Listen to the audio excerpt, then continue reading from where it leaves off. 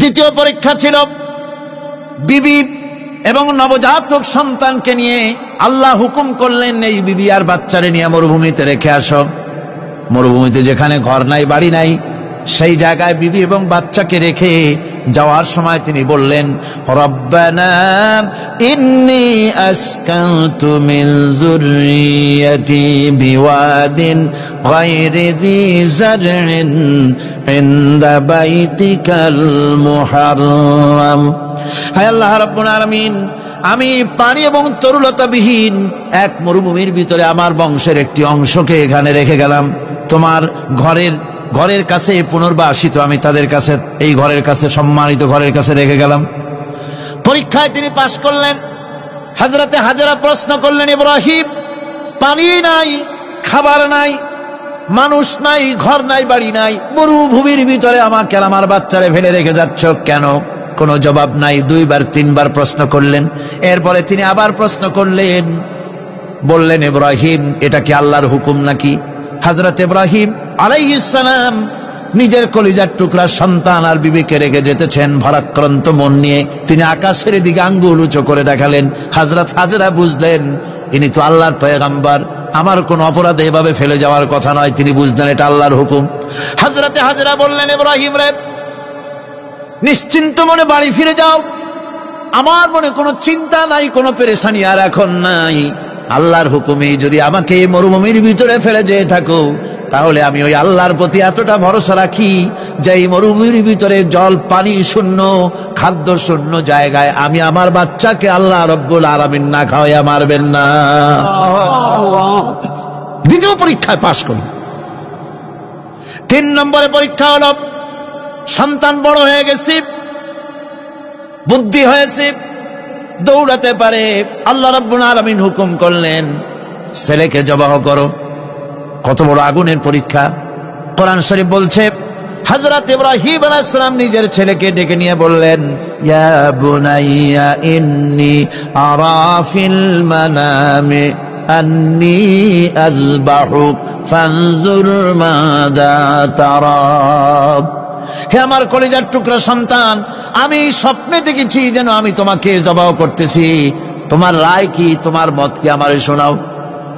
ছেলে পয়গম্বর, ছেলে তার জবাবে বললেন, ইয়া আবাতি ফাআল মা তু'মার সাতাজিদুনি ইনশাআল্লাহু বিনাস সাবিরিন। হে আমার আব্বাজান, আপনি যে ব্যাপারে স্বপ্নের ভিতরে আদিষ্ট হয়েছেন, আপনি তা কার্যকরী করুন। আমাকে এতটুকু অধৈর্যের মধ্যে পাবেন না, আমাকে ধৈর্যশীলদের মধ্যে পাবেন। আমারে আপনি আল্লাহর হুকুম পালন করেন। আল্লাহ পাক শোনাচ্ছেন, ফালাম্মা আসলামা ওয়া তাল্লাহু লিল জাবিন। পিতা পুত্র দুজনই রাজি হয়ে গেল। পিতা তার ছেলেকে কাঁধ করে গলার উপরে ছুরি ধরেছেন। আল্লাহ রাব্বুল আলামিন ইসমাইল জবাহ হোক, এটা আল্লাহ চান নাই, আল্লাহ চেয়েছেন পরীক্ষা করতে। পরীক্ষায় ইব্রাহিম পাশ হয়ে গেলেন। আল্লাহ পাক বলছেন, ওয়ানাদাইনাহু আইয়া ইব্রাহিম ক্বাদ সাদ্দাকতার রুইয়া ইন্না কাযালিকা নাজজিল মুহসিনিন। আমি ইব্রাহিমকে ডেকে বললাম, ইব্রাহিম, তুমি তোমার স্বপ্নকে বাস্তবে রূপ দিয়েছো, আর এভাবেই করি আমি মুহসিনিনদেরকে পুরস্কৃত করে থাকি। আল্লাহ পাক খুশি হলেন। আল্লাহ পাক বললেন, ইন্না হাযা লাবালাউল মুবিন। নিঃসন্দেহে এটি একটি বিরাট পরীক্ষা ছিল। ঠিক কি না? আল্লাহ নিজে বলছেন এটা একটি বিরাট পরীক্ষা, আজিম ইমতিহান। সে ইমতিহানে তিনি পাশ করলেন। পরীক্ষায় উত্তীর্ণ হওয়ার জন্য রব্বুল আলামিন পুরস্কার দিয়া দিলেন। আল্লাহ পাক বললেন, সালামুন আলা ইব্রাহিম। পড়েন সবাই, সালামুন আলা ইব্রাহিম। ইব্রাহিমের প্রতি আল্লাহ পাক বললেন, ইব্রাহিমের প্রতি সালাম রইল। সুবহানাল্লাহি ওয়া বিহামদিহি। হযরত ঈসা আলাইহিস সালামকে খ্রিস্টানেরা তারা বলেছে, ওয়াকালাতিন নাসারাল মাসীহু ইবনুল্লাহ। মসিহ হচ্ছে কার ছেলে? নাউযুবিল্লাহ, বলেন সবাই নাউযুবিল্লাহ। তাকে যখন আল্লাহর ছেলে বলা হলো, আল্লাহর পুত্র বলা হলো, রব্বুল আলামিন তার জবাবে বললেন, ইন হুয়া ইল্লা আবদুন আনআমনা আলাইহি, তিনি তো একজন বান্দা, তিনি আমার বান্দা ছাড়া আর কিছুই নন, আমি তার প্রতি অনুগ্রহ করেছি। বান্দা, আমার বান্দা। আল্লাহ পাকের বান্দা হওয়ার ব্যাপারে কোন মানুষের লজ্জা থাকার কথা নয়। এমনকি আল্লাহ পাক ঈসা আলাইহিস সালাম সম্পর্কে বলছেন, লা ইয়াস্তানকিফাল মাসীহু আইয়াকুনা আবদান লিল্লাহি ওয়ালাল মালাইকাতুল মুকাররাবুন। মসিহ আল্লাহর বান্দা, তাতে কখনো বিন্দু মাত্র লজ্জা তিনি পোষণ করেন নাই যে আমি আল্লাহর বান্দা, আল্লাহর গোলাম। এটা একটা কথা হইল? এরকম লজ্জা তিনি পোষণ করেনি। এমনকি তার নিকটবর্তী ফেরেশতা যারা, তারাও আল্লাহর বান্দা গোলাম হওয়ার জন্য তাদের ভিতরে কোনো লজ্জা নাই। যারা নাকি আল্লাহর গোলাম, এই ব্যাপারে যাদের মধ্যে লজ্জার সৃষ্টি হয়, আল্লাহর গোলাম এটা কেমন কথা, বান্দা হওয়াটা কেমন কথা, যারা গোলামীকে অস্বীকার করে তাদের সম্পর্কে আল্লাহ পাক বলছেন, ওয়া মাইয়াস্তানকিফ আন ইবাদাতিহি ওয়া ইস্তাকবির ফাসায়াহশুরুহুম ইলাইহি জামিআ। কেউ যদি আল্লাহর বন্দেগী করার ব্যাপারে লজ্জা পোষণ করে, যদি লজ্জার কারণ মনে করে, অহংকার করে, গৌরব করে, তাহলে তারা পালাবে কোথায়, যাবে কোথায়? আমি কিয়ামতের দিন সবগুলিকে এক জায়গায় করে ফেলবো। সুতরাং আল্লাহ পাকের গোলামিতে আল্লাহ যে বান্দা বলে যখন ডাকেন, লজ্জার কোনো কারণ নাই। অহংকার যে করবে সে নিজেকে ধ্বংস করবে। আল্লাহ পাক সব নবীদেরকে নিজের বান্দা বলেছেন। নবীরা কি আল্লাহ পাকের বান্দা। হযরত ইউসুফ আলাইহিস সালাম সম্পর্কে আল্লাহ পাক বলছেন, কাযালিকা লিনাসরিফা আনহু আস-সুআ ওয়াল ফাহশা ইন্নাহু মিন ইবাদিনাল মুখলাসিন। এরূপই ঘটল যাতে আমি ইউসুফ আলাইহিস সালামকে, আমার বান্দা, তাকে আমি নির্লজ্জতা ইত্যাদি থেকে আমি রক্ষা করেছি। নিশ্চয়ই হযরত ইউসুফ ছিল আল্লাহ পাকের বান্দা, আল্লাহ পাকের আব্দ। রাসূল করিম সাল্লাল্লাহু আলাইহি ওয়াসাল্লাম তিনি হচ্ছেন সর্বশ্রেষ্ঠ আল্লাহর পয়গম্বর। তার থেকে শ্রেষ্ঠ নবী আর কি কেউ আছে? জোরে বলেন, আছে? তার থেকে মাহবুব, তার থেকে শ্রেষ্ঠ আল্লাহর কাছে আর কেউ নেই। সেই নবীকে আল্লাহ রাব্বুল আলামিন কোরআনে কারীমের ভিতরে তাকে আব্দ বলেছেন। কি বলেছেন? অনেকগুলি আয়াত আছে যে আয়াতের ভিতরে আল্লাহ পাক তার নাম নেন নাই, নবী বলেন নাই, রাসূল বলেন নাই, শুধু বলেছেন আব্দ। যেমন ফাআওহা ইলা আবদিহি মা আওহা, অতঃপর তার বান্দার নিকট যা ওহী করার ছিল তা তিনি করলেন। সেই বান্দাকে মুহাম্মদ সাল্লাল্লাহু আলাইহি ওয়াসাল্লাম। অন্য আয়াতে আল্লাহ পাক বলছেন, وأنه لما قام عبد الله يدعوه كادوا يكونون عليه لبدا। আর এই আল্লাহর বান্দা যখন নামাজ পড়তে দাঁড়িয়ে গেল, আল্লাহকে ডাকার জন্য যখন দাঁড়ালো, তখন লোকেরা তার উপরে ঝাঁপিয়ে পড়ল। ঝাঁপিয়ে পড়ার জন্য প্রস্তুতি গ্রহণ করলো। এখানে আব্দ বলা হয়েছে কাকে? মুহাম্মদ সাল্লাল্লাহু আলাইহি সাল্লামকে। এভাবে করে অন্য এক আয়াতে আল্লাহ পাক তার হাবিবকে আব্দ বলছেন, বান্দা বলতেছেন, ইন কুনতুম ফি রাইবিম মিম্মা নাযালনা আলা আবদিনা। আমার বান্দার উপরে যে কিতাব নাজিল করেছি তাতে যদি তোমাদের কোনো সন্দেহ হয়, এই যে আমার বান্দার উপরে, ওই বান্দা কে বলেন সবাই? মুহাম্মদ রাসূলুল্লাহ সাল্লাল্লাহু আলাইহি ওয়াসাল্লাম। অন্য আয়াতে বলা হচ্ছে, তাবারাকাল্লাযী নাযালাল ফুরকানা আলা আবদিহি লিয়াকুনা লিল আলামিনা নাযীরা। অতীব বরকতপূর্ণ সেই মহান সত্তা যিনি তার বান্দার উপরে ফুরকান নাজিল করেছেন। কে সেই বান্দা? মুহাম্মদ সাল্লাল্লাহু আলাইহি ওয়াসাল্লাম। মেরাজের ঘটনা বলতে গিয়ে আল্লাহ রাব্বুল আলামিন বলতেছেন, সুবহানাল্লাযী আসরা বিআবদিহি লাইলাম মিনাল মাসজিদিল হারামি ইলাল মাসজিদিল আকসা। পবিত্র সেই মহান সত্তা যিনি তার বান্দাকে ইসরা করিয়েছেন। কে সেই বান্দা? মুহাম্মদ রাসূলুল্লাহ সাল্লাল্লাহু আলাইহি ওয়াসাল্লাম। সুতরাং আবদিয়াত, ইবাদত, গোলামি, এটা হচ্ছে মানুষের জীবনের সবচেয়ে বড় মর্যাদাকর খেতাব আল্লাহর পক্ষ থেকে আল্লাহর বান্দা হওয়া। গোলামি পরিপূর্ণরূপে হবে কেবলমাত্র আল্লাহ পাকের। এই গোলামির জন্যই আল্লাহ পাক আমাদেরকে সৃষ্টি করেছেন, অন্য কোনো কাজে আমাদেরকে সৃষ্টি করেন নাই।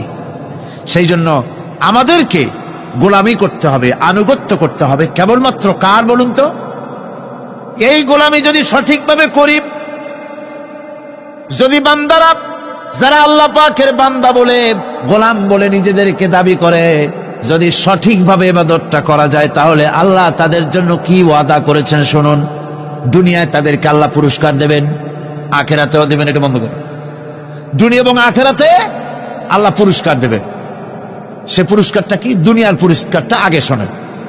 আল্লাহ পাক বলেন, যারা আমার ইবাদত করবে তাদের ব্যাপারে আমার ওয়াদা শোনো।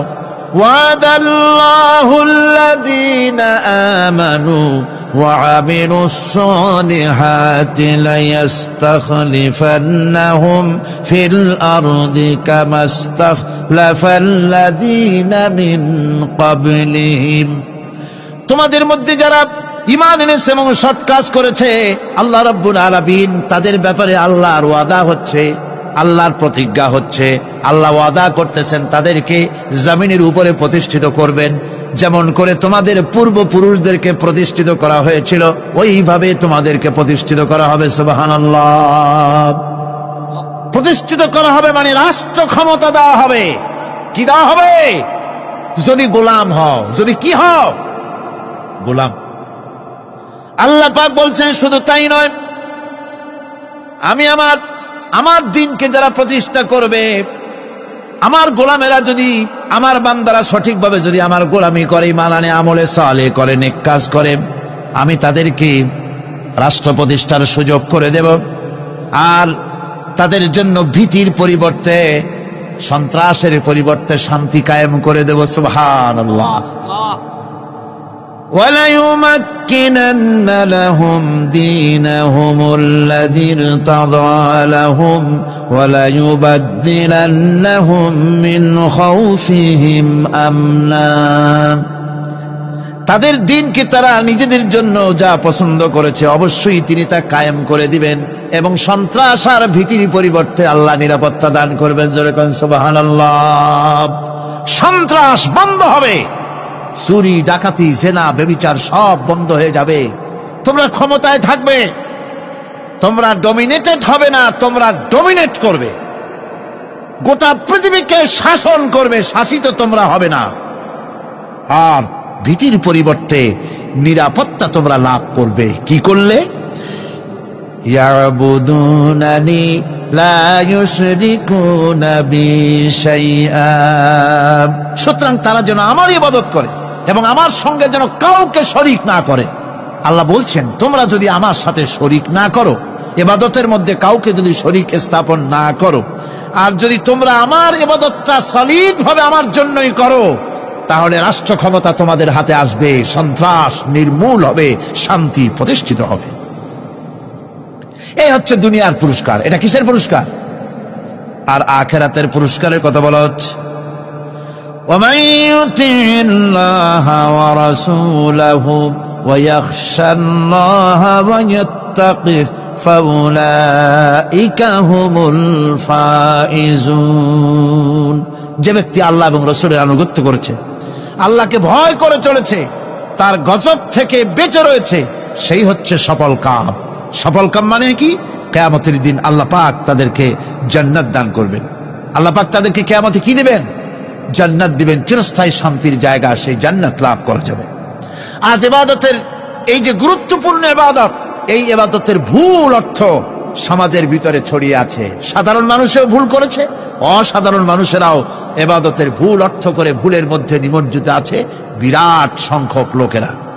সাধারণ মুসলমানেরা তারা যে ভুলটা করলো ইবাদতের অর্থ করতে গিয়ে, সেটা হলো এই, সাধারণ লোকেরা মনে করলো কয়েকটা অনুষ্ঠানের নাম হচ্ছে ইবাদত, নামাজ, রোজা, হজ, যাকাত, সাদকা, ফিতরা, এর নাম হলো ইবাদত।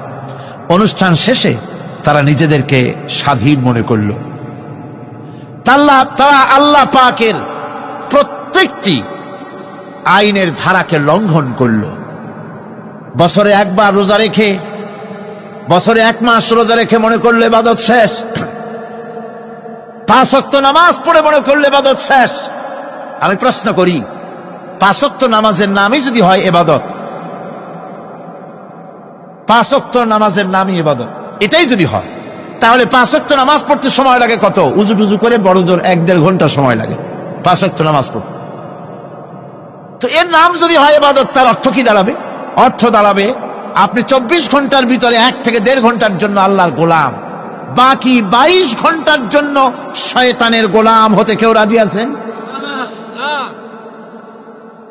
রোজার নামই যদি হয় শুধু ইবাদত, তাহলে তার অর্থ দাঁড়াবে বছরের ভিতরে 1টা মাসের জন্য আপনি আল্লাহর গোলাম, আর 11 মাসের জন্য শয়তানের গোলাম হতে কেউ রাজি আছেন?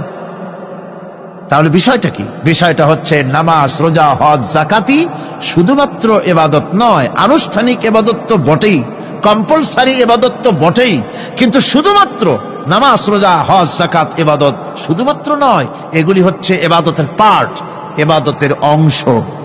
বরং জীবনের সব ক্ষেত্রে আল্লাহর হুকুমকে মানার নামই হচ্ছে আমার। একদিকে নামাজ রোজা করছে, অন্যদিকে আল্লাহর আইনের প্রতিটি ধারাকে লঙ্ঘন করে চলছে, মিথ্যা ওয়াদা করে, মিথ্যা কথা বলে, সুদ খায়, ঘুষ খায়, জেনা করে, এরপরে অন্যের হক নষ্ট করে, প্রতিবেশীর হক নষ্ট করে, হারাম মাল খায়, হকদারের হক নষ্ট করে, প্রতিবেশীর হক নষ্ট করে, জিন্দা মুর্দা মানুষকে নিজের জন্য শক্তিধর বলে মনে করে, 1 টুকরা রুটির জন্য অথবা 1 ফোঁটা 1 ঘটি পানির জন্য কাফেরের কাছে হাত পেতে দাঁড়ায় থাকে। এই যদি অবস্থা হয়, এটাই যদি হয় ঈমান, আর এটার নামে যদি ইবাদত হয়, তাহলে এই পৃথিবীর মুসলমানের আজ লাঞ্ছিত কেন? আল্লাহর ওয়াদা কি মিথ্যা? নাউযুবিল্লাহি মিন যালিক।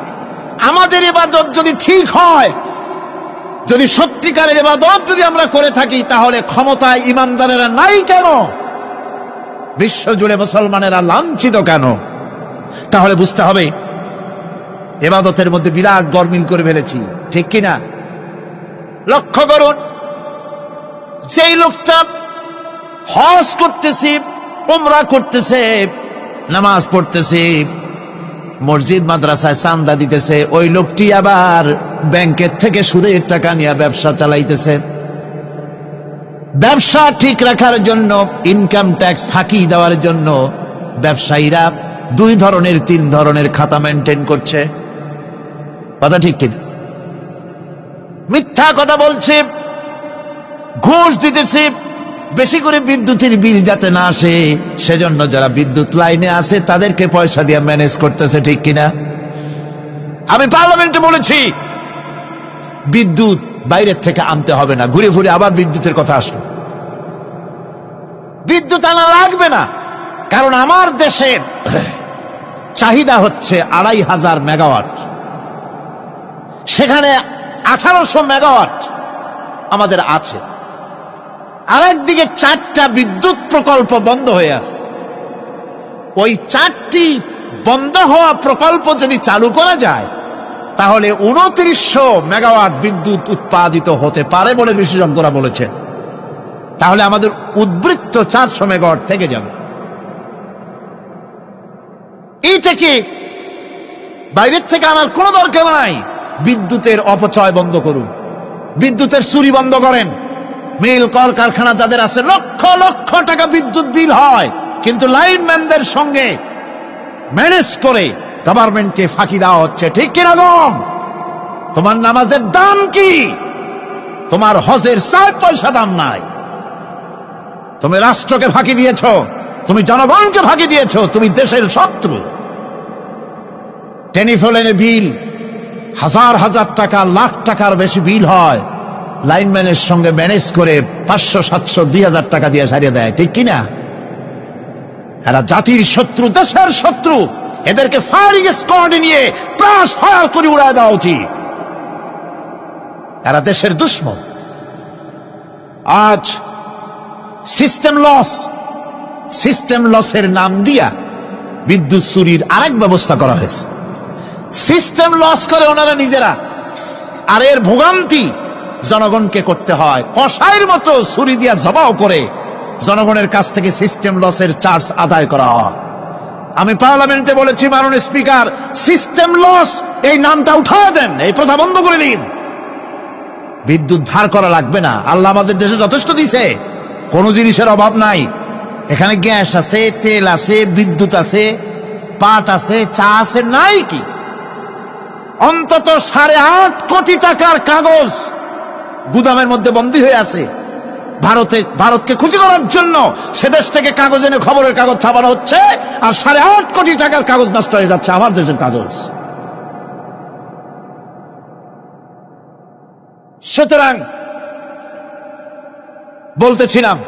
বলতেছিলাম একথাই বলতেছিলাম যে ঈমান আল্লাহর গোলাম হতে হলে ভুল করে বসেছি ইবাদতের অর্থ করতে। শুধু নামাজ, রোজা, হজ, যাকাত, মাজারে কিছু চান্দা দেওয়া, আগরবাতি, মোমবাতি, চাদর একটা দিয়া, পীর সাহেবের 10,000 টাকা চান্দা দিয়া, মোছে তেল মাইখা দাঁত বাইর করে হাসেন। বেহেশতে তো গেছি, আর দেরি কত? বেহেশতে তুমি যাবা, এত সহজ? দেশকে ফাঁকি দিছো, দেশকে ফাঁকি দিয়েছ, জনগণকে ফাঁকি দিয়েছ, নিজের মেয়েকে ফাঁকি দিয়েছে।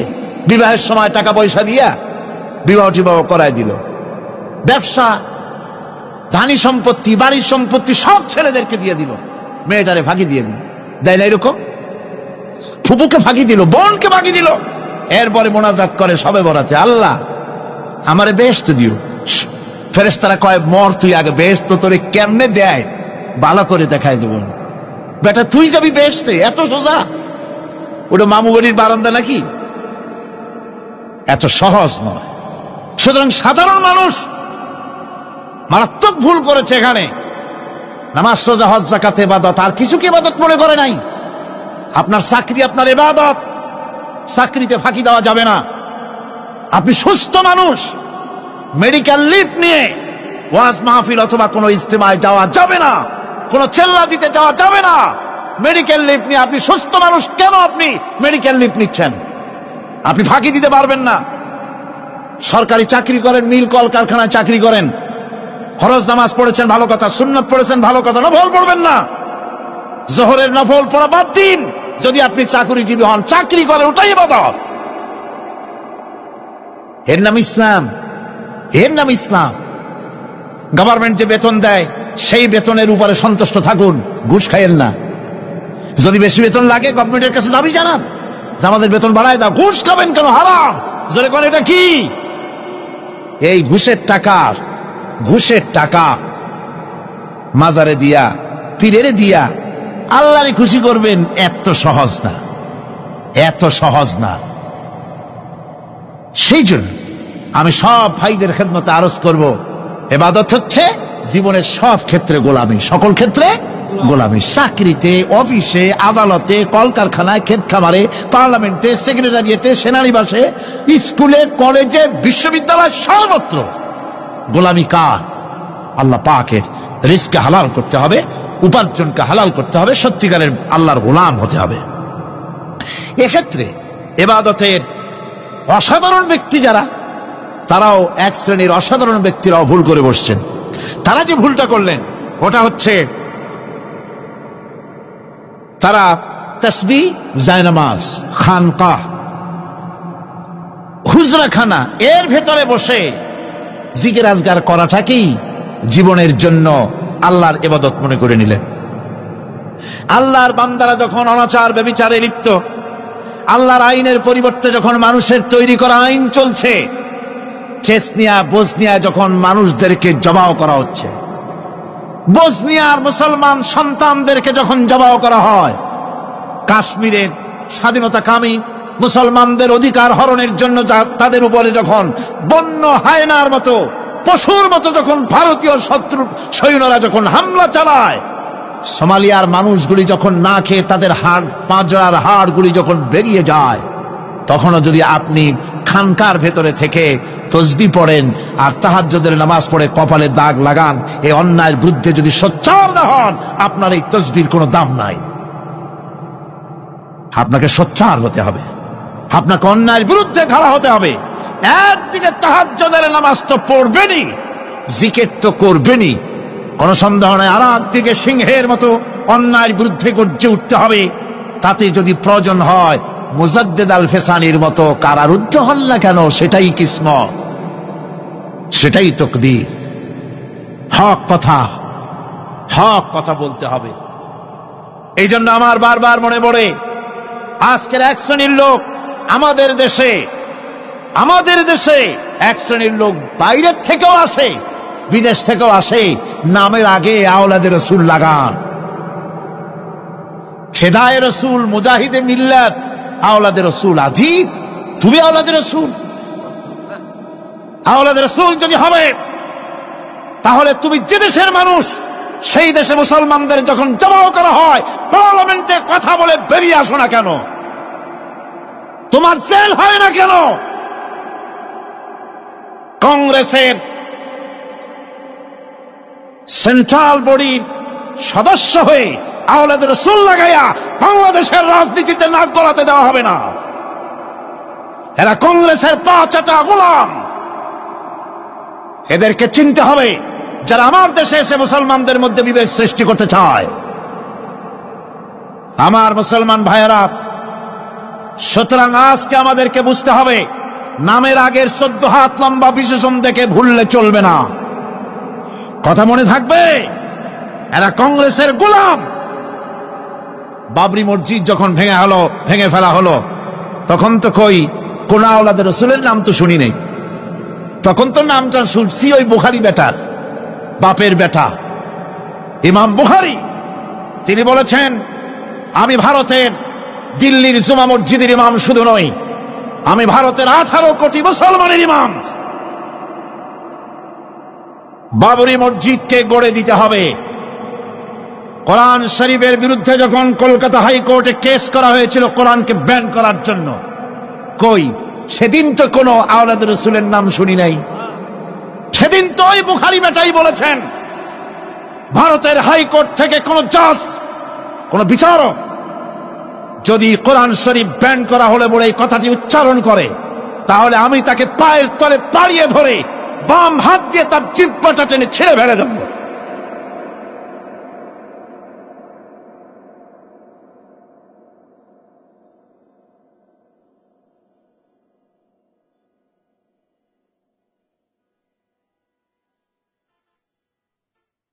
বন্ধুগণ, সুতরাং আমাদেরকে বুঝতে হবে, বসুন, বেয়াদবি করবেন না, বসেন। আমাদেরকে বুঝতে হবে, খানকায় শুধু জিকির আজগার করলেই চলবে না। হযরতে শাহজালাল রহমতুল্লাহ আলাইহি এক হাতে ছিল তরবারি, আর এক হাতে ছিল কোরআন। লড়াই করেছেন। হযরতে শাহ মখদুম, হযরতে খান জাহান আলী, হযরতে খাজা মঈনুদ্দিন চিশতি আজমেরি রহমতুল্লাহ আলাইহি, হযরতে মুজাদ্দিদ আল ফিসানি রহমতুল্লাহ আলাইহি। মুরিদের বাড়ি জম্মের খাওয়া খাইয়া পেটটা কুমিরের মতো বড় করে নাই। জেল খেটেছে হক কথা বলতে গিয়ে।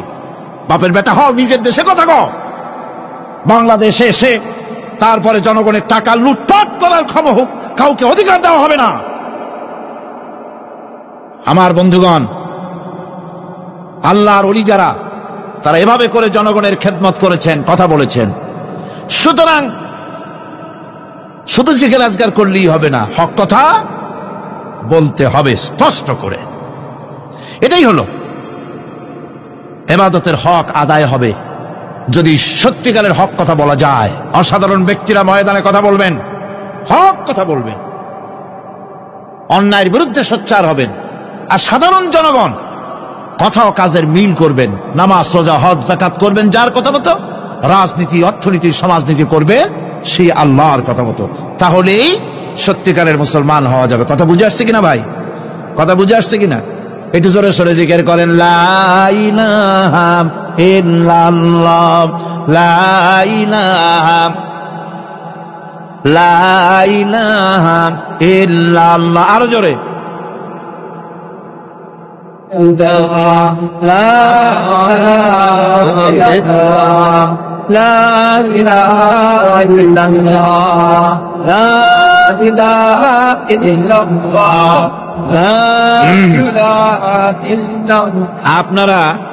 আপনারা যদি মাথা উঠাইয়া দেখতে থাকেন তো কি দেখবেন? মানুষের মাথা আর টুপি ছাড়া তো কিছুই দেখা যাবে না।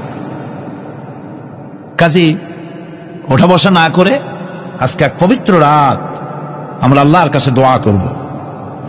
আলোচনার আমি এগিয়ে যাচ্ছি। এবাদত আমাদেরকে বুঝতে হবে। এবাদত যদি না বুঝি তাহলে মুসলমান বলে দাবি করারও কোনো মূল্য নাই। মানব জন্ম বৃথা। কারণ হচ্ছে আল্লাহ রাব্বুল আলামিন বলেছেন, মা খালাকতুল জিন্না ওয়াল ইনসা ইল্লা লিয়াবুদুন। মানুষ আর জিন জাতিকে আমি সৃষ্টি করেছি আমার গোলামির জন্য। কার গোলামি? ওই গোলামির পূর্ণাঙ্গ নমুনা যদি জানতে চাই, পূর্ণাঙ্গ নমুনা দৃষ্টান্ত লাগবে। কাকে অনুসরণ করব? পূর্ণাঙ্গ ইবাদতের আল্লাহর গোলামির পূর্ণাঙ্গ নমুনার জন্য কোরআনে কারিমে দৃষ্টান্ত সেট করা হয়েছে। হযরত ইব্রাহিম আলাইহিস সালামের আল্লাহ পাক বলেন, ইয ক্বালা লাহু রাব্বুহু আসলিম ক্বালা আসলামতু লিরাব্বিল আলামিন। তার অবস্থা এই ছিল। কার? ইব্রাহিম আলাইহিস সালাম। তার অবস্থা এই ছিল যে তার রব যখন তাকে বললেন আনুগত্যের মস্তককে অবনত করে দাও, তিনি বললেন আমি আমার বিশ্বপালকের সামনে মাথাটা নত করে দিলাম। সুবহানাল্লাহ। কোন শর্ত ছাড়াই মাথা নিচু করে দিলাম। এই পন্থায় তিনি যে পন্থাটা অবলম্বন করেছিলেন, এই পন্থায় চলার জন্য তার সন্তানদেরকেও তিনি হুকুম করেছিলেন। ووصى بها إبراهيم ببنيه ويعقوب يا بني إن الله اصطفى لكم الدين فلا تموتن إلا وأنتم مسلمون।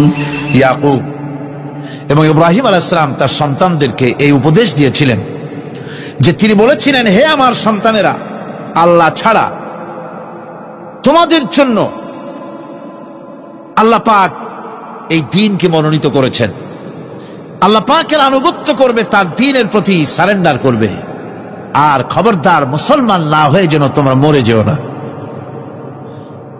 মৃত্যু মুসলমান অবস্থায় থাকবে, অর্থাৎ মৃত্যু পর্যন্ত থাকবে কি অবস্থায়? মুসলমান অবস্থায়। أم كنتم شهداء إذ حضر يعقوب الموت إذ قال لبنيه ما تعبدون من بعدي। ইয়াকুব আলাইহিস সালাম তার মৃত্যুর সময় জিজ্ঞেস করেছিলেন, ও আমার সন্তানেরা, আমার মৃত্যুর পরে তোমরা কার ইবাদত করবে, কার গোলামি করবে? তারা জবাব দিলেন, قالوا نعبد إلهك وإله آبائك إبراهيم وإسماعيل وإسحاق إلها واحدا ونحن له মুসলিমুন। নিঃসন্দেহে আমরা ইবাদত করব, গোলামি করব আপনার রবের, আপনার পিতার রবের, এবং আল্লাহর ইবাদত করব। আপনিও আপনার পূর্বপুরুষ ইব্রাহিম ইসমাইল যে আল্লাহকে ইবাদত করেছে সে আল্লাহ পাকের ইবাদত আমরা করব এবং তার অনুগত হয়ে থাকব।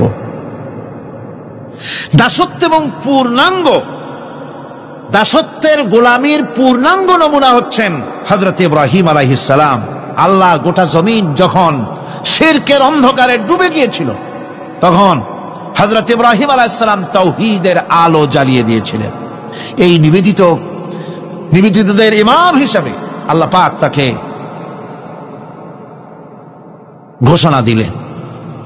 কোরআনে কারীম বলছে, وَإِذَا ابْتَلَى إِبْرَاهِيمَ رَبُّهُ بِكَلِمَاتٍ فَأَتَمَّهُنَّ قَالَ إِنِّي جَاعِلُكَ لِلنَّاسِ إِمَامًا। ইব্রাহিমকে তার রব কয়েকটি বাক্য দিয়ে পরীক্ষা করলেন এবং তিনি সেই পরীক্ষাগুলোতে পাশ করলেন। তখন আল্লাহ রাব্বুল আলামিন তাকে বললেন যে আমি তোমাকে গোটা বিশ্ব মানবতার জন্য, গোটা বিশ্বের সমস্ত মানুষের জন্য আমি তোমাকে নেতা বানাবো। সুবহানাল্লাহি ওয়া বিহামদিহি। প্রথম পরীক্ষা হলো, গতকাল বলেছি, সে আগুনের পরীক্ষা। সেখানে আল্লাহ পাক তাকে পাশ করালেন, তিনি পাশ করলেন। দ্বিতীয় পরীক্ষা ছিল বিবি এবং নবজাতক সন্তানকে নিয়ে আল্লাহ হুকুম করলেন এই বিবি আর বাচ্চারে নিয়ে মরুভূমিতে রেখে আসো। মরুভূমিতে যেখানে ঘর নাই, বাড়ি নাই, সেই জায়গায় বিবি এবং বাচ্চাকে রেখে যাওয়ার সময় তিনি বললেন, রব্বানা ইন্নী আসকানতু মিন যুররিয়াতি বিওয়াদিন গায়রি যী যারইন ইনদা বাইতিকাল মুহাররাম। হে আল্লাহ রাব্বুল আলামিন, আমি পানি এবং তরুলতাবিহীন এক মরুভূমির ভিতরে আমার বংশের একটি অংশকে এখানে রেখে গেলাম। তোমার ঘরের কাছে পুনর্বাসিত আমি তাদের কাছে, এই ঘরের কাছে, সম্মানিত ঘরের কাছে রেখে গেলাম। পরীক্ষায় তিনি পাশ করলেন। হযরতে হাজেরা প্রশ্ন করলেন, ইব্রাহিম, পানি নাই, খাবার নাই, মানুষ নাই, ঘর নাই, বাড়ি নাই, মরুভূমির ভিতরে আমাকে আমার বাচ্চারে ফেলে রেখে যাচ্ছ কেন? কোনো জবাব নাই। 2 বার 3 বার প্রশ্ন করলেন। এরপরে তিনি আবার প্রশ্ন করলেন, বললেন, ইব্রাহিম, এটা কি আল্লাহর হুকুম নাকি? হযরত ইব্রাহিম আলাইহিস সালাম নিজের কলিজার টুকরা সন্তান আর বিবিকে রেখে যেতেছেন ভারাক্রান্ত মন নিয়ে। তিনি আকাশের দিকে আঙ্গুল উঁচু করে দেখালেন। হযরত হাজেরা বুঝলেন ইনি তো আল্লাহর পয়গম্বর, আমার কোন অপরাধে এভাবে ফেলে যাওয়ার কথা নয়। তিনি বুঝলেন এটা আল্লাহর হুকুম। হযরতে হাজেরা বললেন, ইব্রাহিম রে, নিশ্চিন্ত মনে বাড়ি ফিরে যাও। আমার মনে কোনো চিন্তা নাই, কোনো পেরেশানি আর এখন নাই। আল্লাহর হুকুমে যদি আমাকে এই মরুভূমির ভিতরে ফেলে যেয়ে থাকো, তাহলে আমি ওই আল্লাহর প্রতি এতটা ভরসা রাখি যে এই মরুভূমির ভিতরে জল পানি শূন্য, খাদ্য শূন্য জায়গায় আমি আমার বাচ্চাকে আল্লাহ রব্বুল আলামিন না খাওয়াইয়া মারবেন না। দ্বিতীয় পরীক্ষায় পাশ করল। 3 নম্বরে পরীক্ষা হলো, সন্তান বড় হয়ে গেছে, বুদ্ধি হয়েছে, দৌড়াতে পারে। আল্লাহ রাব্বুল আলামিন হুকুম করলেন, ছেলেকে জবাহ করো। কত বড় আগুনের পরীক্ষা! কোরআন শরীফ বলছে, হযরত ইব্রাহিম আলাইহিস সালাম নিজের ছেলেকে ডেকে নিয়ে বললেন, ইয়া বুনাইয়া ইন্নী আরা ফিল মানামি আন্নী আযবাহুক ফানজুর মাযা তারা। হে আমার কলিজার টুকরা সন্তান, আমি স্বপ্নে দেখেছি যেন আমি তোমাকে জবাহ করতেছি। তোমার রায় কি, তোমার মত কি, আমারে শোনাও। ছেলে পয়গম্বর, ছেলে তার জবাবে বললেন, ইয়া আবাতি ফাআল মা তু'মার সাতাজিদুনি ইনশাআল্লাহু মিনাস সাবিরিন। হে আমার আব্বাজান, আপনি যে ব্যাপারে স্বপ্নের ভিতরে আদিষ্ট হয়েছেন আপনি তা কার্যকরী করুন। আমাকে এতটুকু অধৈর্যের মধ্যে পাবেন না, আমাকে ধৈর্যশীলদের মধ্যে পাবেন। আমারে আপনি আল্লাহর হুকুম পালন করেন। আল্লাহ পাক শোনাচ্ছেন, ফালাম্মা আসলামা ওয়াতাল্লাহু লিল জাবিন। পিতা পুত্র দুজনই রাজি হয়ে গেল। পিতা তার ছেলেকে কাঁধ করে গলার উপরে ছুরি ধরেছেন। আল্লাহ রাব্বুল আলামিন ইসমাইল জবাহ হোক এটা আল্লাহ চান নাই, আল্লাহ চেয়েছেন পরীক্ষা করতে। পরীক্ষায় ইব্রাহিম পাশ হয়ে গেলেন। আল্লাহ পাক বলছেন, ওয়ানাদাইনাহু আইয়া ইব্রাহিম ক্বাদ সাদ্দাকতার রুইয়া ইন্না কাযালিকা নাজিজিল মুহসিনিন। আমি ইব্রাহিমকে ডেকে বললাম, ইব্রাহিম তুমি তোমার স্বপ্নকে বাস্তবে রূপ দিয়েছো, আর এভাবেই করি আমি মুহসিনিনদেরকে পুরস্কৃত করে থাকি। আল্লাহ পাক খুশি হলেন। আল্লাহ পাক বললেন, ইন্না হাযা লাবালাউল মুবিন, নিঃসন্দেহে এটি একটি বিরাট পরীক্ষা ছিল। ঠিক কি না? আল্লাহ নিজে বলছেন এটা একটি বিরাট পরীক্ষা, আজিম ইমতিহান। সে ইমতিহানে তিনি পাশ করলেন। পরীক্ষায় উত্তীর্ণ হওয়ার জন্য রব্বুল আলামিন পুরস্কার দিয়া দিলেন। আল্লাহ পাক বললেন, সালামুন আলা ইব্রাহিম। পড়েন সবাই, সালামুন আলা ইব্রাহিম। ইব্রাহিমের প্রতি আল্লাহ পাক বললেন, ইব্রাহিমের প্রতি সালাম রইল। সুবহানাল্লাহি ওয়া বিহামদিহি। ইবাদত এর আনুগত্যের এই উৎকৃষ্ট দৃষ্টান্ত স্থাপনের পর আল্লাহ পাক তার গোটা বিশ্বের মুসলমানদেরকে কিয়ামত পর্যন্ত ইব্রাহিম আলাইহিস সালামকে জাতির পিতা বানায়া দিলে। সুবহানাল্লাহ, কইতে ইচ্ছা করে না? এই রকমের পরীক্ষা কোন পিতারা দিতে পারছে নাকি? গোটা বিশ্বের সমস্ত মানব মণ্ডলীর জন্য আল্লাহ পাক ইব্রাহিম আলাইহিস সালামকে কিয়ামত পর্যন্ত জাতির পিতা হিসাবে ঘোষণা করেছেন। সুবহানাল্লাহ।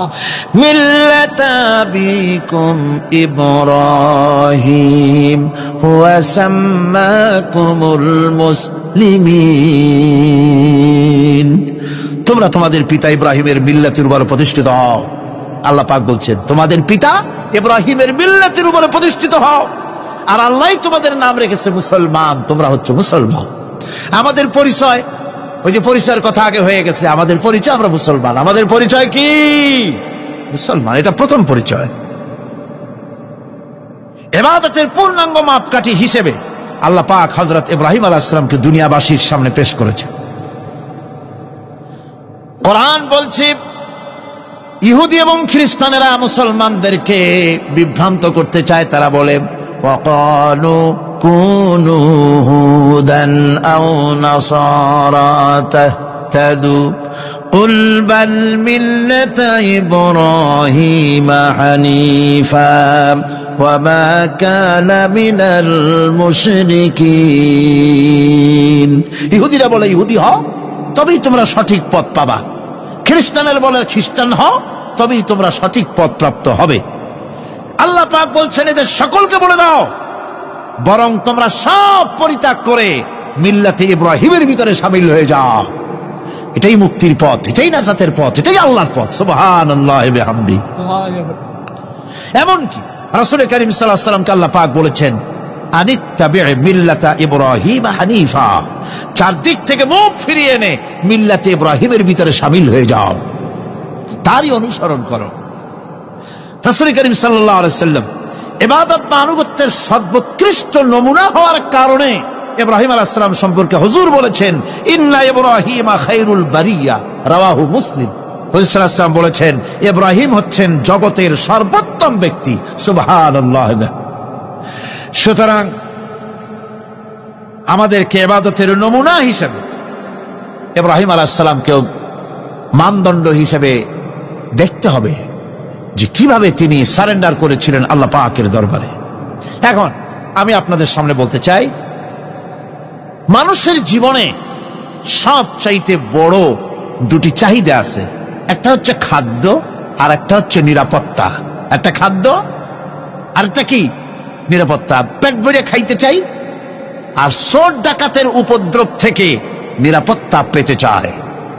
আইন শৃঙ্খলা পরিস্থিতির উপরে যখন পার্লামেন্টে আলোচনা হচ্ছিল, আমি তখন বলেছি, মাননীয় স্পিকার, আমার দেশের সাধারণ ভোটারদের বড় কোনো আশা আকাঙ্ক্ষা নাই। তারা কোনোদিন বলে না যে আমাদের গুলশানে বাড়ি দিতে হবে, সকলে আমাদেরকে মঙ্গল গ্রহে অফিস বানায় দিতে হবে, পাশেরও গাড়ি দিতে হবে। এগুলি তারা দাবি করে না। যারা ভোট দেয়, কষ্ট করে, মিছিল করে, এই সাধারণ জনগণের দাবি হচ্ছে মিনিমাম দাবি, খুবই কম।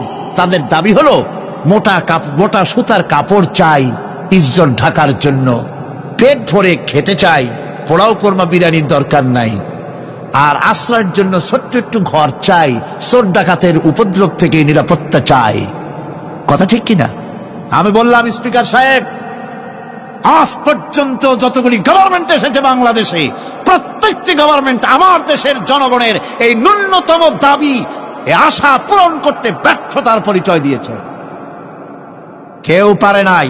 যারাই গেছে তারাই তাদের নিজেদের আখের গোছাবার চেষ্টা করেছেন। সব নিজেকে নিয়ে ব্যস্ত, নিজের লোকদের নিয়ে ব্যস্ত, জনগণ নিয়ে চিন্তা নাই। সুতরাং মানুষের চাহিদা হচ্ছে খাদ্য আর নিরাপত্তা। আমরা কি খাদ্য আর নিরাপত্তা সত্যি কি চাই? চাই।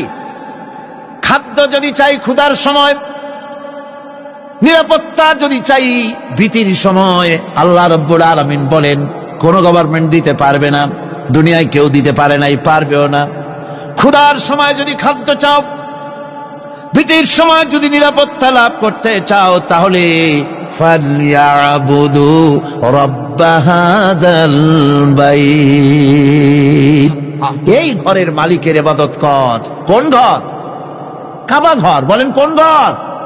কাবা ঘর। কাবা শরীফের মালিকের ইবাদত কর। তাহলে কি হবে?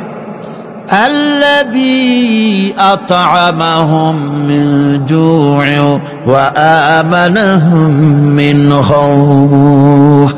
এই ঘরের মালিকের ইবাদত যদি করো, তাহলে ক্ষুধার সময়ে তিনি তোমাদেরকে খেতে দিবেন, আর ভীতির সময় তিনি তোমাদের নিরাপত্তা দান করবেন। হে ওয়াদা কার? চিল্লায় বলেন ওয়াদা কার? আল্লাহ পাকের ওয়াদা বিশ্বাস হলো না, এমনই পোড়া কপালের মুসলমান। নির্বাচন যখন আসলো, সলিমউদ্দিন সাহেব আসতেন মঞ্চের উপরে, পরিচয় করানো হচ্ছে। এত আপনারা যার বক্তৃতা শোনার জন্য দ্বীপ্রহরের রৌদ্রে কষ্ট করতেছিলেন, এখন সেই সংগ্রামী জননায়ক, বিপ্লবী সন্তান, তিনি এখন আপনাদের সামনে বক্তব্য রাখবেন। উনি দাঁড়ায় বললেন, ভাইয়ার আমার, বোনের আমার, আমি এবার বোতল মার্কা বাক্স নিয়ে দাঁড়াইছি, আমারে সকলে মিলে ভোট দেন। এবার যদি ক্ষমতায় যেতে পারি, না খাইয়া কেউ মরবেন না, কিন্তু কি খাইয়া মরবে তাও কয় না। মানুষেরা এই কথাগুলি বিশ্বাস করলার সমানে ভোট দিল। হায় রে কপাল! আল্লাহ বললেন, আমার ইবাদত কর, আমার গোলামি কর জীবনের সব জায়গায়, তাহলে ক্ষুধার সময় খাইতে পারবি আর ভীতির সময় নিরাপত্তা পাবি। আল্লাহর কথাটা বিশ্বাস হইল না। এই নামাজ পড়ার মুসলমানের দাম আছে? কোন দাম আছে? এ রোজাকার দাম আছে? এ মুসলমান দাবি করেন দাম আছে? আল্লাহ রাব্বুল আলামিন তিনি পরিষ্কার করে বলছেন, এই ঘরের মালিকের ইবাদত করো, তিনি ক্ষুধার সময়ে খেতে দিবেন, আর তিনি তোমাদেরকে ভীতির সময় নিরাপত্তা দান করবেন। চাউলের অভাব হবে না, পাটের অভাব হবে না, খাদ্যের অভাব হবে না, কারণ দুটি জিনিস যদি তোমরা করতে পারো, খাবারের অভাব হবে না। ওয়ালাউ আন্না আহলাল কুরা আমানু ওয়াত্তাকাউ লাফাতাহনা আলাইহিম বারাকাতিম মিনাস সামাই ওয়াল আরদ। দেশের লোকেরা, জনপদের লোকেরা যদি দুইটা কাজ করে, এক নম্বরে হলো আমার উপরে ঈমান আনবে, দুই নম্বরে হলো আমাকে ভয় করার নীতি অবলম্বন করে যদি চলে, তাহলে ওই দেশের মানুষের জন্য আকাশ আর জমিনের সব বরকতের দরজা আমি আল্লাহ খুলে দেব। আল্লাহর ওয়াদা। আল্লাহ পাকের নিকট মানুষের সবচাইতে বড় দাবি কি? আল্লাহর কাছে মানুষের সবচাইতে বড় দাবি কি করতে পারেন? আল্লাহ পাকের কাছে মানুষের শ্রেষ্ঠ দাবিটা আল্লাহ নিজেই শিখাই দিয়েছেন। আমার কাছে দাবি কর, ইহদিনাস সিরাতাল মুস্তাকিম। আয় আল্লাহ, একটা সোজা, একটা সরল রাস্তা আমারে দাও, একটা সহজ পথ আমারে দাও। এই কথা সূরা ফাতিহা দাবি করার পর আল্লাহ রাব্বুল আলামিন এই অভিনন্দনের জবাবে, 7টা বাক্যের অভিনন্দনের জবাবে আল্লাহ রাব্বুল আলামিন 30 পারা কোরআন শরীফ নাজিল করে দিলেন। সূরা ফাতিহার এই সওয়ালের জবাবে আল্লাহ পাক বললেন ওয়া আনি'বুদুনি হাযা সিরাতুম মুস্তাকিম। সোজা রাস্তা চাও, আমার গোলামি করো, ইবাদত করো। সব জায়গায় ইবাদত, গোলামি করাই লাগবে। আমার কাছে সোজা রাস্তা চাও, সোজা রাস্তা হলো আমার গোলামি করা। কার গোলামি? বেহেশতে যেতে চান? আমি আস্তে জিজ্ঞেলাম বলে আপনারও আস্তে জবাব দিলেন। বেহেশতে যেতে চান? সুবহানাল্লাহ। এমন কোন মানুষ আছে নাকি যে বেহেশতে যেতে চায় না? মদ খোরও যাইতে চায়। আমরা সবাই বেহেশতের আশা করি, ঠিক কিনা? আল্লাহ রাব্বুল আলামিন বলেন, বেহেশতে যদি যেতে চাও তাহলেও ইবাদত করা লাগবে, ইবাদত ছাড়া জান্নাতে যাওয়া যাবে না। ফাদখুলি ফি ইবাদি ওয়াদখুলি জান্নাতি। সর্বপ্রথম আমার বান্দার মধ্যে দাখিল হয়ে যা, আমার গোলামির মধ্যে দাখিল হয়, আমার গোলাম হয়, এরপরে আমার জান্নাতে চলে যা। আগে গোলাম হবি, তারপরে কোথায় যাবি? জান্নাতে যাবে। আগে গোলাম হ, আগে গোলামির খাতায় নাম লেখা, আগে সত্যিকারের আমার বান্দা হ, গোলাম, এরপরে জান্নাতে যাওয়া যাবে। জান্নাতে যাইয়া আল্লাহর সাথে কি দেখা করতে চাই? আল্লাহর সাথে দেখা করতে চাই। আল্লাহ রাব্বুল আলামিন বলেন, ফামান কানা ইয়ারজু লিকা রাব্বিহি ফালইআমাল আমালান সালিহান ওয়া লা ইউশরিক বিইবাদাতি রাব্বিহি আহাদা। তোমাদের মধ্যে যদি কেউ আল্লাহর সঙ্গে, তার রবের সঙ্গে যদি কেউ দেখা করতে চায়, তাহলে সে যেন ভালো ভালো কাজ করে, নেক কাজ করে, আর তোমার রবের সাথে অর্থাৎ আল্লাহ রব্বুল আলামিনের সাথে ইবাদতের মধ্যে যেন কাউকে শরীক না করেন। শিরক যদি না করো, খাঁটি গোলাম, খাঁটি বান্দায় যদি পরিণত হতে পারো, কিয়ামতের দিন আল্লাহ রব্বুল আলামিনের সঙ্গে দিদার নসিব হয়ে যাবে।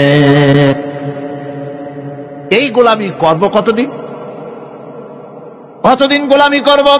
এই প্রশ্নের জবাবে আল্লাহ রাব্বুল আলামিন কোরআনে কারীমের মধ্যে জবাব দিয়ে দিয়েছেন, ওয়া'বুদ রাব্বাকা হাত্তা ইয়াতিয়াকাল ইয়াকিন। মৃত্যু পর্যন্ত, যতক্ষণ না নাক দিয়ে শেষ প্রশ্বাসটি, নিঃশ্বাসটি বেরিয়ে যাচ্ছে, ততক্ষণ পর্যন্ত আনুগত্য, গোলামি সবটা হবে কার? জোরে চিল্লায় এখন কার? এই গোলামি জীবনের সব ক্ষেত্রে করতে পারলে আমরা মুসলমান, আর করতে না পারলে মুসলমান নামে মুনাফিক। না পারলে কি? মুনাফিক। বন্ধুগণ, ইয়াকা না'বুদু পর্যন্ত বলে ওয়া ইয়াকা নাস্তাইনের কথাটা শোনাচ্ছি। সূরা ফাতিহার ভিতরে আমরা পড়ি, পড়েন আমার সাথে, ইয়াকা না'বুদু ওয়া ইয়াকা নাস্তাইন। আয় আল্লাহ, একমাত্র তোমার গোলামি করি আর একমাত্র তোমার কাছে সাহায্য চাই। তুমি ছাড়া কারো কাছে সাহায্য? এটা কি ঠিক? এটা কি আমাদের মনের কথা, ইমানের কথা? আল্লাহ করুন, আল্লাহ করুন, বলি আমিন। হাদিস শরীফে বলা হয়েছে, ইজা সাআলতা ফাসআলিল্লাহ ওয়া ইজা ইসতাআনতা ফাসতাইন বিল্লাহ। কিছু চাইতে হলে আল্লাহর কাছে চাও, কিছু বলতে হলে, ভিক্ষা করতে হলে আল্লাহর কাছেই ভিক্ষা করো। কার কাছে ভিক্ষা করবেন? আল্লাহর কাছে বলুন। আমার বন্ধুগণ, আমি আমার ঈমান থেকে কথা বলি, আমি আমার ঈমান থেকে কথা বলি। কোরআন এবং হাদিস পড়ে যতটুকু আল্লাহ বোঝার তৌফিক দিয়েছেন, সেই কথাগুলি পেশ করার জন্য চেষ্টা করি। বন্ধুগণ, এদিক ওদিক কোনো দিকে না ঘুরে মসজিদে যান, মসজিদে গিয়ে নামাজ পড়েন, আর আল্লাহর কাছে হাত পেতে আল্লাহরে বলেন। সেজদা গিয়া যখন রব্বুল আলামিনের দরবারে কিছু চাইবেন, হুজুরের কাছে জিজ্ঞেস করা হয়েছে, হুজুর, বান্দা কখন আল্লাহর নিকটবর্তী হয়ে যায়? আল্লাহর নবী বলেছেন, বান্দা যখন সেজদা দেয় তখন বান্দা একেবারে আল্লাহ পাকের কাছে চলে যায়। আল্লাহর কাছে চান, যা দরকার, ছেলে নাই, মেয়ে নাই, বউ নাই, অথবা চাকরি নাই, প্রমোশন চাই, ব্যবসায় উন্নতি চাই, যা দরকার কাকে বলবেন? মনটাকে পরিষ্কার করুন, আজকে মনটাকে সাফ করুন, সমস্ত দুর্বলতা থেকে মনকে উঠায় আনো, বিশ্বাস করুন যা চাওয়া যা বলা সবটা আল্লাহর কাছে। কার কাছে? আমি তার গোলাম। আমি কার গোলাম? আল্লাহ ছাড়া কারো কাছে আমার অভিযোগ তুলবো না, সবটা বলবো আল্লাহর কাছে। বলে দেখেন আল্লাহ পাক কিভাবে আপনাকে সাহায্য করেন। সুবহানাল্লাহ। ভাইরা আমার, আল্লাহ রাব্বুল আলামিন রাসূল করিম সাল্লাল্লাহু আলাইহি ওয়াসাল্লামকে বলেছেন, ফাইদা ফারাগতা ফানসাব ওয়া ইলা রাব্বিকা ফারগাব। যখন তুমি খালি হাত হয়ে যাবে, দাঁড়িয়ে যাবে এবং তোমার রবের কাছে মিনতি জানাবে, কিছু যখন থাকবে না, তোমার রবের কাছে দাঁড়ায় যাও আর তার কাছে মিনতি জানাও, তোমাকে আল্লাহ ভরপুর করে দিবেন। ভান্ডের কোনো অভাব নাই। আমাদের ভান্ড হচ্ছে যত দেব তত কমবে, আর আল্লাহর ভান্ড যত দেয় তত সমান সমান থাকে, মোটেই কমে না, মোটেই কমে না। সুতরাং দয়াল বাবা, বাবাজান, কেবলাজান বাবা কি যে কবে আর কি করবে দিশা করতে পারে না। গান বাজনা, তারপরে গোসল শরীফ, কি জানি হাবিজাবি শরীফ, কোন শেষ নাই, বেদাত দিয়ে ভরে গেছে। এগুলি বিশ্বাস করবেন না, বেদাত খারাফা, এর সাথে মুসলমানের কোন সম্পর্ক নাই। গান বাজনার সাথে মুসলমানের কোন সম্পর্ক। হাতে কতগুলো ঢোল নিয়ে তারপরে মাজারের কাছে গিয়ে ঢোল বাজায়, কবরের কাছে, মাথায় কতগুলো চুল, দাঁতে ময়লা, মোজগুলা ঠোঁট দুইটা ঢাইকিয়া দাড়ির কাছে এসে পড়ছে। হায় হায় রে, এই রকমের মোষ আমি মাঝে মধ্যে চিন্তা করি যে দই খায় কেমনে এরা। গাঁজা মদ খাইয়া এগুলো মাজার মধ্যে গিয়ে পড়ে থাকে, আর কি জানি আছে ওইটারে ঘষে আর বলে মদিনা যাব কেমনে, মদিনা যাব কেমন। তুই মদিনা যাবি কেমনে? মদ খেয়ে গাঁজা খেয়ে তুই যাবি মদিনা? একটা কথা হইল? তোর নাপাক কদম আল্লাহ পাকের আরদে মুকাদ্দাসে উঠতে পারে না। বদকার, জিনাকার, শারাবি, কাবাবি, আল্লাহ পাকের নাফরমান। কতগুলা শালু কাপড় গায়ে দিয়া, মাথায় কতগুলা চুল রাখিয়া, তারপরে গ্রামের নামে শরীফ। আশ্চর্য কথা, এই গ্রামের নাম শরীফ, ওই গ্রামের নামের মাথায় গিয়া শরীফ। শরীফ তো মক্কা শরীফ, মদিনা শরীফ, কোরআন শরীফ, হাদিস শরীফ, আর শরীফের দরকার নাই। শরীফের জাত মারছে গ্রামে গ্রামে শরীফ লাগাইয়া, কর্ণফুলী শরীফ, চন্দ্রঘোনা শরীফ। আশ্চর্য কথা, শরীফ শব্দের একটা ইজ্জত থাকা উচিত, ঠিক কিনা কন? আপনাদেরকে সতর্ক হতে হবে। আনুগত্য এবং গোলামি সকল ব্যাপারে আল্লাহ পাকের করতে হবে, চাইতে হবে কার কাছে? আল্লাহর কাছে। আমার এই কথা আপনাদের মনে আছে কিনা জানি না। সম্রাট শাহজাহানের সময় এক ফকির, এক ভিক্ষুক ভিক্ষা করে বেড়াতো। 70-80 বছর বয়স হয়ে গিয়েছে। এক লোক বলছে, সারা জীবন তো তোমার ছোটবেলা থেকে ভিক্ষা করতে দেখলাম। সে বলল, মানুষের দেয় তো 2 পয়সা 1 পয়সা, ভিক্ষা ছাড়া করবোটা কি? লোকটি বলল, তোমার একটা পরামর্শ দেই, একদিন সম্রাটের কাছে গিয়ে যে দেখো, একবারে যা দেবে খাইয়া কুলাইতে পারবে না। সম্রাট শাহজাহান কোথায় আছে এখন? দেখো গিয়া মসজিদে আছে। লোকটি মসজিদের বাইরে গিয়ে দেখে সম্রাট একা হাত তুলে বসে আছে, চোখ থেকে পানি পড়তেছে দর দর করে, দাড়ি ভিজে জামায় পড়তেছে। বহুক্ষণ দাঁড়িয়ে আছে। এরপরে সম্রাট তার মুনাজাত শেষ করে বেরিয়ে আসছেন। ফকিরের সঙ্গে দেখা। ফকির বলল, আসসালামু আলাইকুম। তিনি বললেন, ওয়ালাইকুম আসসালাম ওয়া রাহমাতুল্লাহ। ফকির রওনা করেছে। বাদশা বলছে, তুমি তো একজন ভিক্ষুক মানুষ বলি মনে হয়, আমার কাছে তো কেউ কিছু না চাইয়া যায় না, তুমি যে কিছু না চেয়েই চলে যাচ্ছ। ভিক্ষুক বলছে, জাহাপানা, সত্যি কিছু চাইতে এসেছিলাম আপনার কাছে, কিন্তু আপনার অবস্থা দেখে আমার জ্ঞানের চোখ খুলে গেছে। আমি দেখতে পেলাম, আমি যে সম্রাটের কাছে ভিক্ষা চাইতে আসলাম, আমি তো শুধু তাকায় আছি, আমি তো কান্দি না, বরং আমি যার কাছে চাইতে এসেছি তিনি আমার চাইতে আরো নগণ্য ভিক্ষুকের মতো হয়ে কার কাছে যেন হাত পেতে চোখের পানি ফেলে কান্দে। মনে মনে ভাবলাম, সম্রাট কান্দে যে সম্রাটের কাছে, ওই আল্লাহ সারা জীবনে কারো কাছে কিছু চাইব না। আল্লাহর কাছে চাওয়ার অভ্যাস করুন, তিনি দিতে পারেন, সবকিছু তার আছে, এই বিশ্বাস মনের ভিতরে জমাতে হবে, তাহলেই সত্যিকারের মুসলমান আমরা হব। আল্লাহ পাক সত্যিকারের গোলাম আমাদেরকে বানাবেন, আমরা বলি আমিন। আজকে আমি বেশি কথা বলবো না, কারণ আজকে হলো পবিত্র এক রাত। অনেকে রোজা রেখেছেন, আবার সারা রাত অনেকে ইবাদত করবেন। সুতরাং সেই পথে আমি আর অন্তরায় সৃষ্টি করতে চাই না। আজকের মতো ইয়াকা নাবুদু ওয়া ইয়াকা নাস্তাইন আজকের মতো শেষ করা হলো। 2 দিন ধরে ইয়াকা নাবুদের উপরে, ইবাদতের উপরে 2 দিনে যে আলোচনা করলাম, আল্লাহ করালেন। আমি আশা করি ইবাদতের একটা ক্লিয়ার কনসেপশন আপনাদের তৈরি হওয়ার কথা ইনশাআল্লাহ। 3